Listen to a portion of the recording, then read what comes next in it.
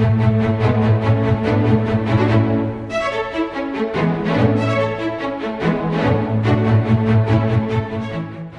and welcome to British History, Royals, Rebels, and Romantics. I'm Carol Ann Lloyd. You can find me at carolannlloyd.com or at @ShakeUpHistory on Instagram, Twitter, and Facebook. Please follow me so we can explore history together. I'm delighted you're joining me for our January 2021 podcast series, Your Questions Answered. As I've heard wonderful questions from so many of you, I thought it would be great to have some time to discuss them. And keep those questions coming. What we don't get to in January, we'll address later in the year. Thank you so much for starting your year by joining me in a journey back in time.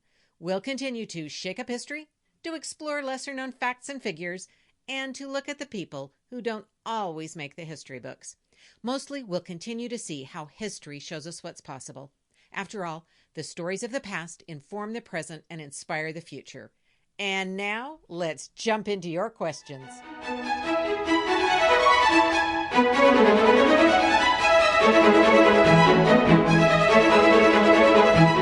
Once again, I'm turning to your questions to explore history. This week's episode seems to embrace all three areas: royals, rebels, and romantics. I'll leave it to you to decide who goes where. The first thing I want to say is history is complicated. We don't know everything.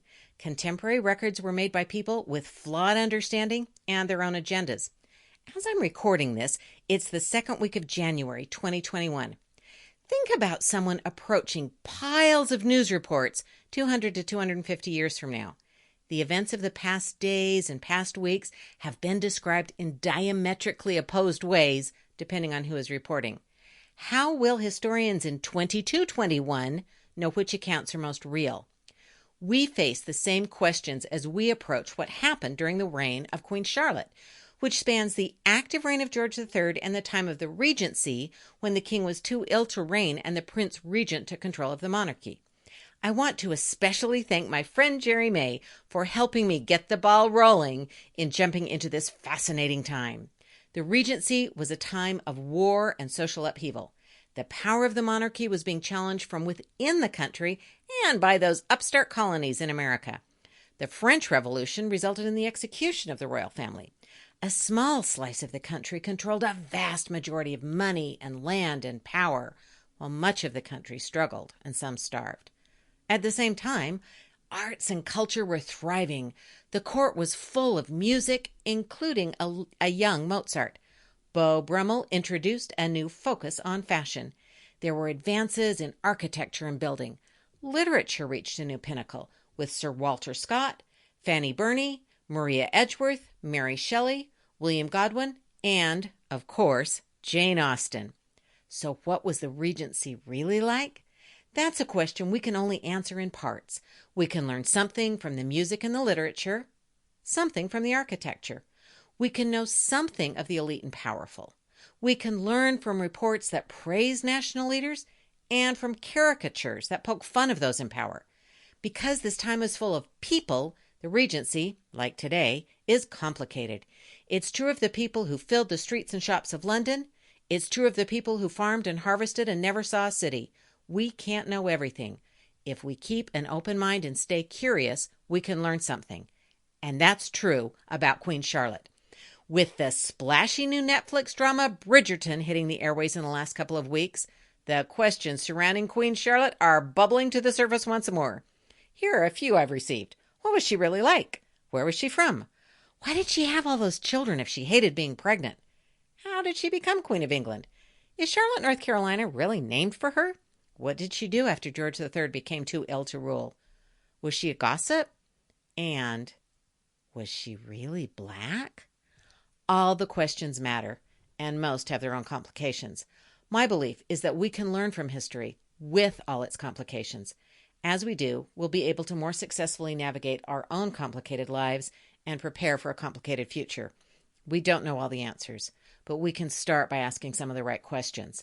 So that's where we are going today. We are asking what we can learn about Queen Charlotte. Even if we don't have definitive answers, we can certainly learn something. The TV series Bridgerton is a Netflix drama, and you'll notice I'm not calling it a history program or documentary.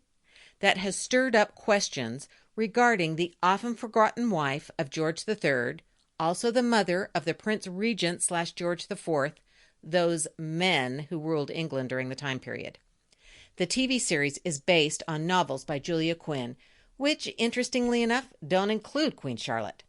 Bridgerton's showrunner, Chris Van Dusen, explains the benefits of adding the character. Quote, "Adding Queen Charlotte afforded us an opportunity to see what true excess and decadence looked like at the time.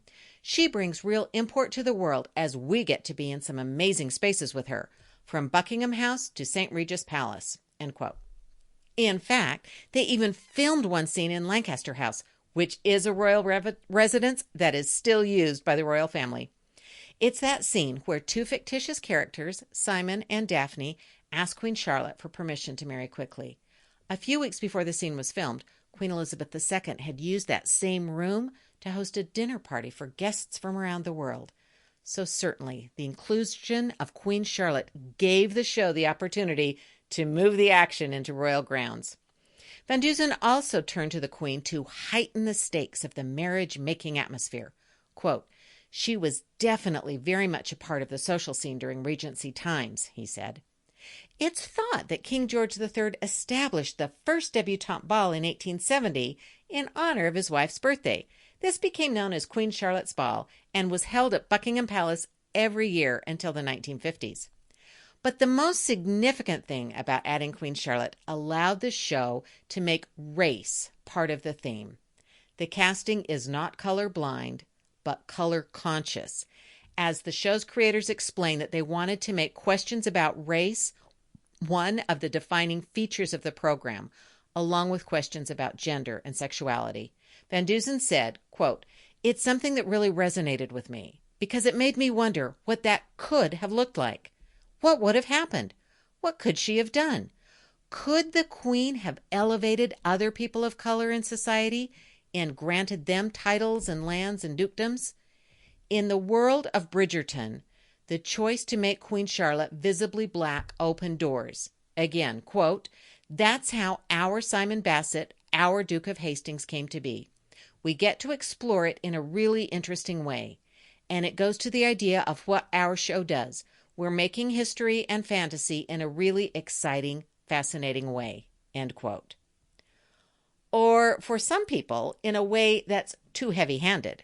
For example, Washington Post television critic Hank Stuever maintains that Bridgerton doesn't quite work. Quote, "A black character stops to explain, grandly, how and why this society came to be integrated. Answer, because the Queen is a person of color." Not only does this not make much sense, but it seems like an unnecessary wrench thrown into a completely sensible and revisionary romp. People of color are here because they should have been here all along.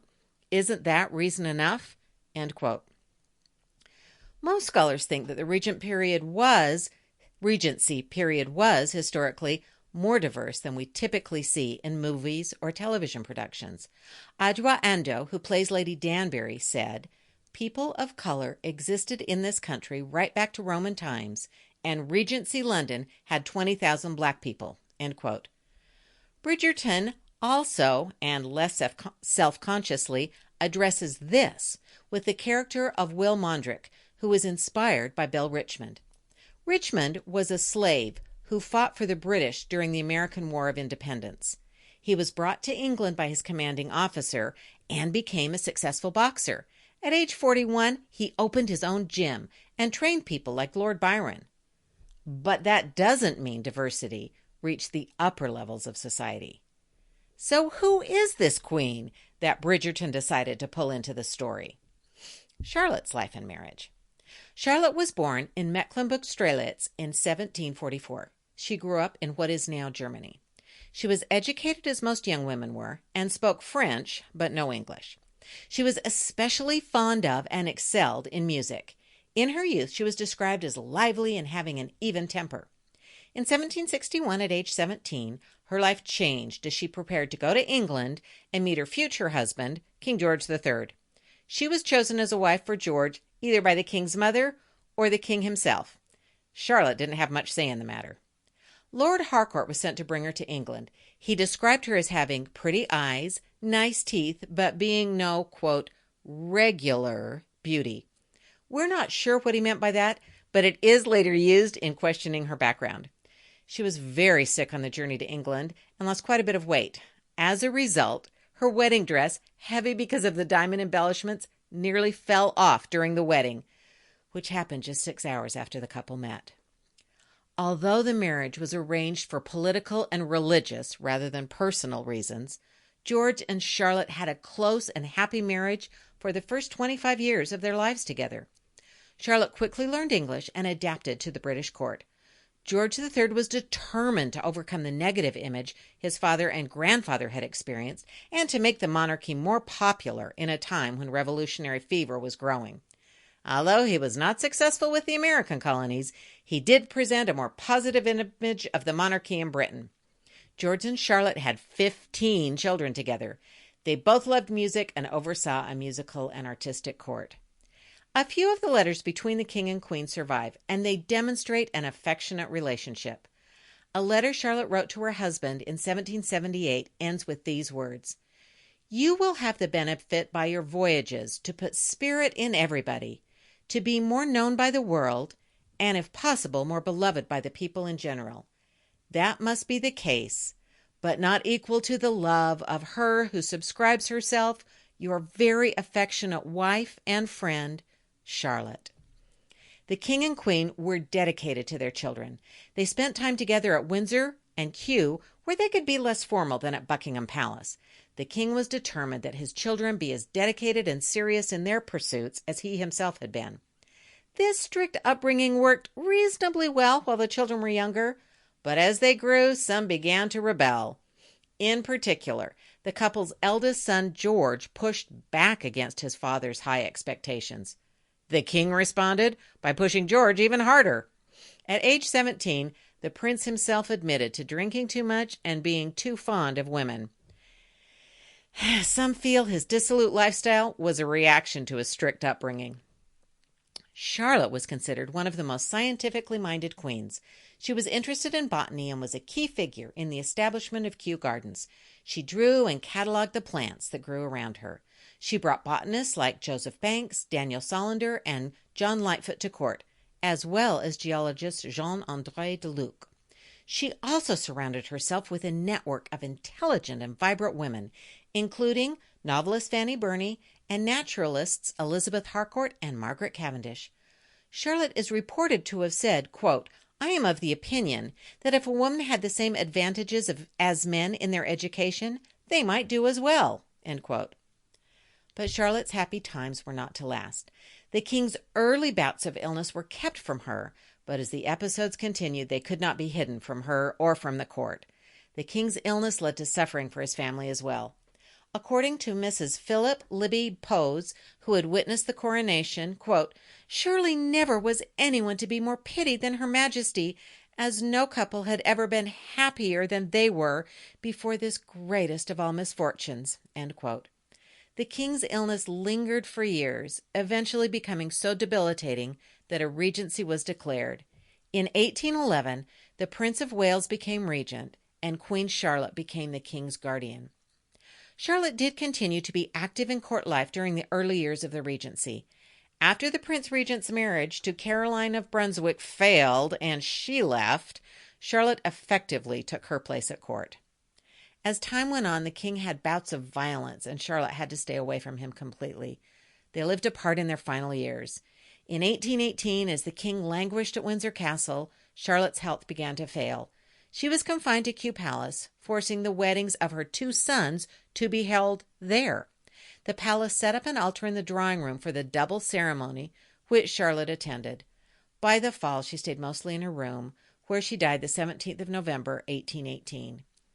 King George probably didn't even understand that his once beloved wife had died. He himself died just a little more than 2 years later on January 29th, 1820. After 9 years of being Prince Regent, George and Charlotte's son became King George IV. So now we come to the big question. Was Queen Charlotte black? Historians are divided on this question. It's complicated. So let's take a look.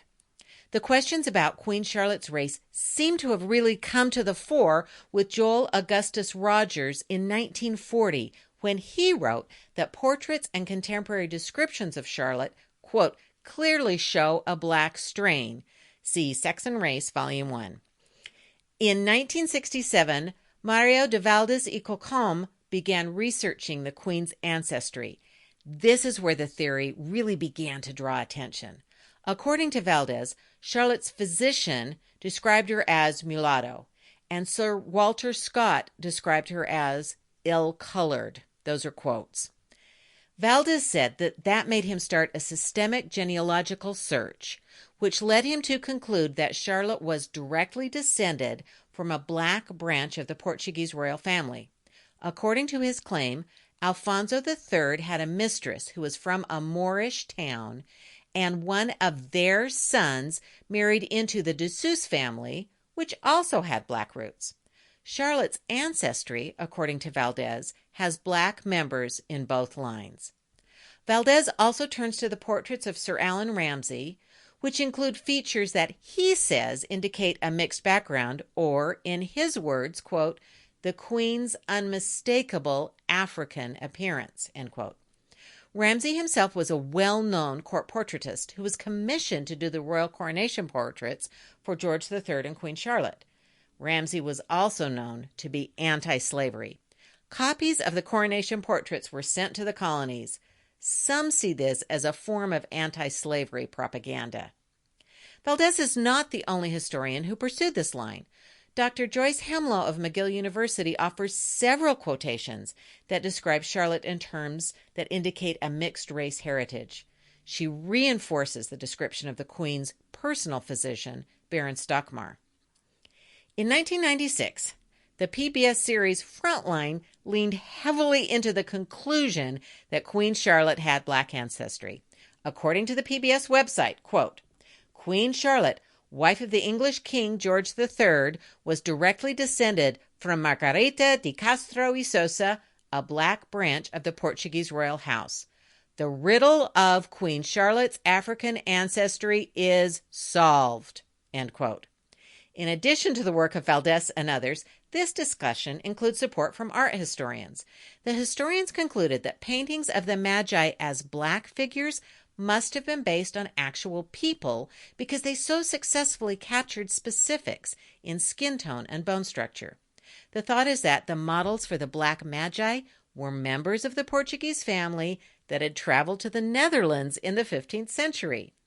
This is used to support the notion that the family was black. Queen Charlotte's ancestry is traced to this family. There are certainly those who dispute this theory. It's not clear that Baron Stockmar was Charlotte's physician. In fact, he is listed as the physician to Prince Leopold of Saxe-Coburg-Gotha. The portraits of Ramsay do have a style that could indicate a mixed-race background, especially if you compare his portrait of Charlotte to some of his other subjects. On the other hand, most other portraits of Charlotte don't include these characteristics. And perhaps more tellingly, the caricatures that were so popular during this time and that pulled no punches in portraying the idiosyncrasies of the royals include no sense of Charlotte having anything other than traditional features. The genealogical evidence is also questioned. For one thing, the relationship between Alfonso and his mistress, who has different names and different accounts, is unclear. Also, the term Moor, which is used to describe her, is taken by Valdez to mean African, but that is not always the case. Sometimes Moor is a more general term used to refer to people from North Africa and Spain. And the 9 generations between Alfonso and Charlotte would significantly have diluted their connection.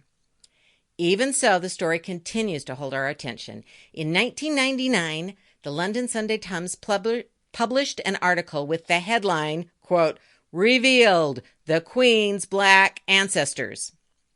The story itself acknowledges that the connection has not been proven, but it claims that, quote, an American genealogist has established that Queen Charlotte, the wife of George III, was directly descended from the illegitimate son of an African mistress in the Portuguese royal house. The American genealogist, of course, was Valdez. After the Times story, the Boston Globe hailed the research as groundbreaking. But still, people disagree.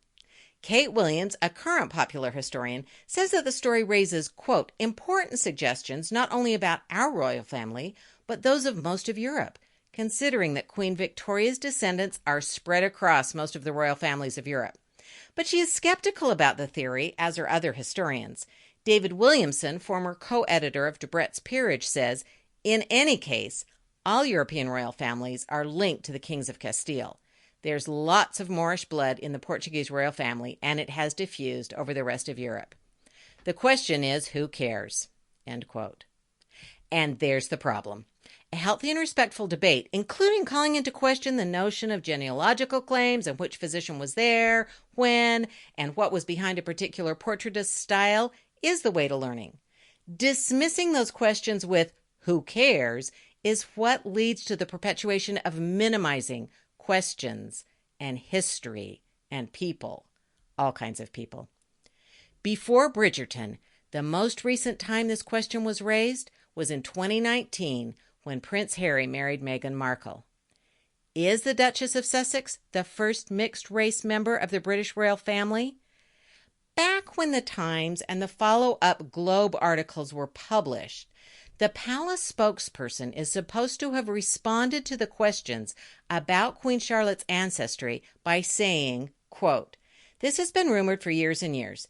It's a matter of history, and frankly, we've got more important things to talk about. End quote.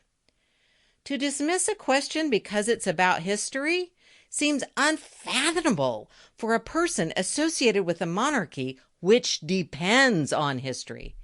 And to insult the significance of exploring the possibility of a queen having black ancestry is to me unconscionable. Whatever you think of the royal family or the Duke and Duchess of Sussex's decision to step away from the royal family, the blatant racism in the media coverage of Ms. Markle proves that this is exactly what we should be talking about. So the question of Queen Charlotte turns out to matter very much. History. It's complicated. The answers aren't easy, and often they aren't clear. But we need to keep asking the questions. Thank you for joining me to explore the history and questions about Bridgerton and Queen Charlotte. Speaking of questions, next week we have another one to explore. How and when did the British monarchy get started? That should be easy. Not. See you then. Thank you for listening. If you enjoyed today's podcast, please share with a friend. Do send any questions or comments. I'd love to hear from you where we should explore next. And please subscribe and leave a review. I'd really appreciate it. I'm so glad we could explore history together. Till next time.